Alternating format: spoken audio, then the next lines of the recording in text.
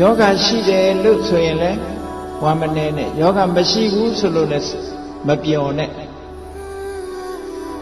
ယောဂမရှိဘူးဆိုလဲတနေ့သိမှာပဲယောဂရှိတယ်ဆိုတဲ့လူလည်းသိမှာပဲတခါတလေယောဂမရှိဘူးဆိုတဲ့လူကတော့အရင်သိချင်းသိတတ်တယ်မဟုတ်ဘူးလားအဲ့တော့ဘာပဲဖြစ်ဖြစ်လူဘဝရလာရင်နောက်ဆုံးဟာသိချင်းနဲ့အဆုံးသတ်ရတယ်ဆိုတာသိထားသည်အတွက်ကြောင့်မသိခင်ကိုဘာတွေလုပ်နေသင့်တယ်လဲမစင်စားသင့်ဘူးလားစဉ်းစားသင့်တယ်ဒီတိုင်းမနေသင့်ဘူးလူဆိုတာတနေ့သေးမှာကြီးတယ်သေးတာပဲငယ်လည်းသေးတာပဲမြတ်စွာဘုရားဟောထားတယ်လေဒေဟရာစမဟန္တာစယေဘာလာယေစပန္တိတာသဗ္ဗေမစ္စုဝတံယန္တိတဲ့ဒေဟရာစငယ်ငယ်လည်းသေးတာပဲ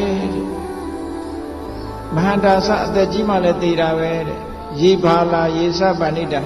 မသိနားမလဲတဲ့လူလည်းသေးတာပဲတဲ့ပညာတတ်တဲ့လူလည်းသေးတာပဲတဲ့မသေးတဲ့လူရှိလား